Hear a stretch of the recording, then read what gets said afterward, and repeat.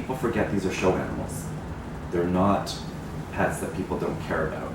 And it doesn't make sense for a breeder to not take care of their animal to show it. Like, you just can't. You can't show an unhealthy animal. You can't breed an unhealthy animal. It dies.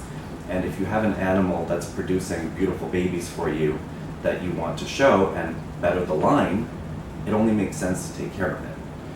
So, I mean, the perception of what breeders are doing to produce guinea pigs is very different than what show breeders are doing to produce guinea pigs.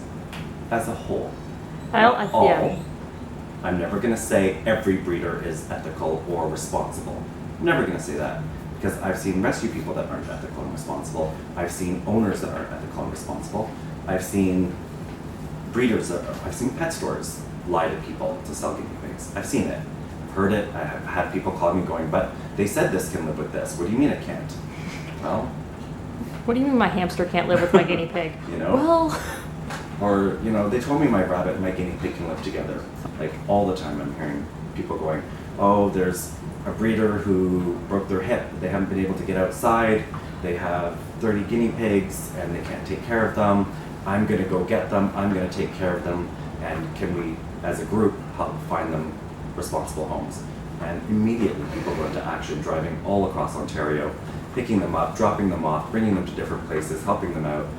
It's not as breed and dump as people think it is. Yeah, they've got, both groups have a lot of the same characteristics. I mean, everybody commutes, everybody works. It's exactly the same. Everybody works as a network together for the better of what they have. But if they could work towards what each other has as well, that'd be they awesome. would have a bigger network. Yeah. It would not necessarily make less breeding or less rescue animals, but it would make a larger network of people to help. It would make a larger network of people to understand. Rescue people can understand what's really happening. Breeders can understand what's happening with rescues. We don't see what's there. We don't know where those animals came from. We don't know if there's one particular person responsible for all these random guinea pigs that are showing up in rescues. We don't know. We don't see it, right? So if everyone worked together a little more, like on City Pigs, people always post, you know, does anyone want to find a home for this? There's these 4 that we need a home for. These 2 need to go together. People work together to find homes for them. Yeah. I mean, look how big City Pigs has grown just in the last year. I mean, when I joined, it was like, what, there was like 26 of us? And now it's huge. So like, I think there's almost 500 now. Yeah, which... People. And it's a good combination of breeders, rescue people, some people who show but don't breed. As we know, there's a number of people now who show but don't breed, which becomes difficult. But they also have rescues, they show, they... My camera just randomly stopped. It's fine. How long ago? Like 2 seconds ago. Okay, good. My whole rant was... I'm not starting again.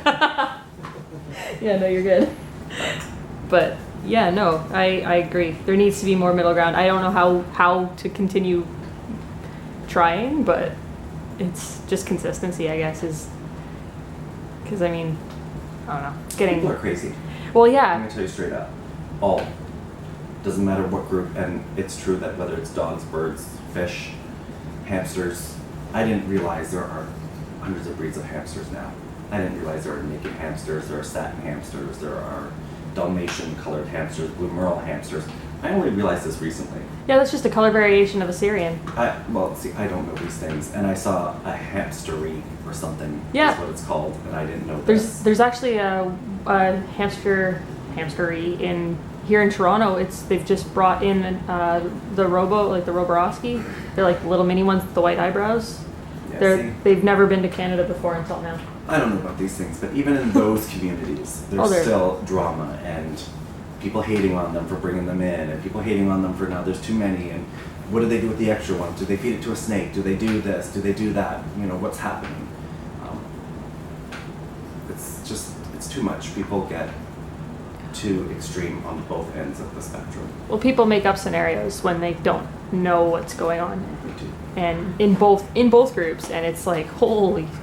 Well, I mean, I was guilty of it. I had no idea what I was doing when I walked into the Peterborough show last year. I was like, what is this? What is this? It's not so scary, is it? I was like, why does this guinea pig have curly hair? I need it in my life. That was basically what happened to me. Well, that's what happened to me at the Royal. I'm like, what is all this difference. Yeah. Like, there's so many, and at the guinea pig shows, you see guinea pigs in their full coats, Yeah. not with trimmed coats and stuff, and it's full out, like hair flowing over. Yeah. And again, I've shown pictures of guinea pigs with their long hair. That's disgusting. That's unsanitary. That poor guinea pig must be tangled in its hair all day. It must be so dirty and peeing all over. Seriously. That's what happens. Like, people just jump the gun and think the worst things possible. They say the stupidest things possible.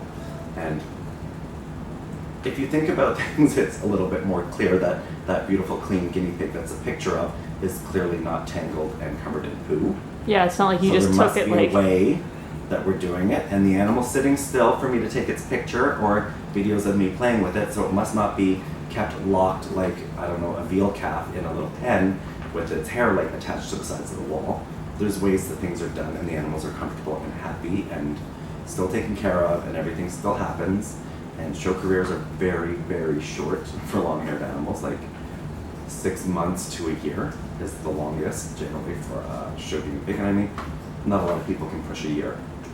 Yeah. So Well, Lilo's brother Calvin was pushing a year Yeah. right before she cut his hair, and that was a long time. that's long for a guinea pig. I don't think I've ever been able to keep an animal in coat for a year. Like 8 months. Yeah. 7 months is like my limit.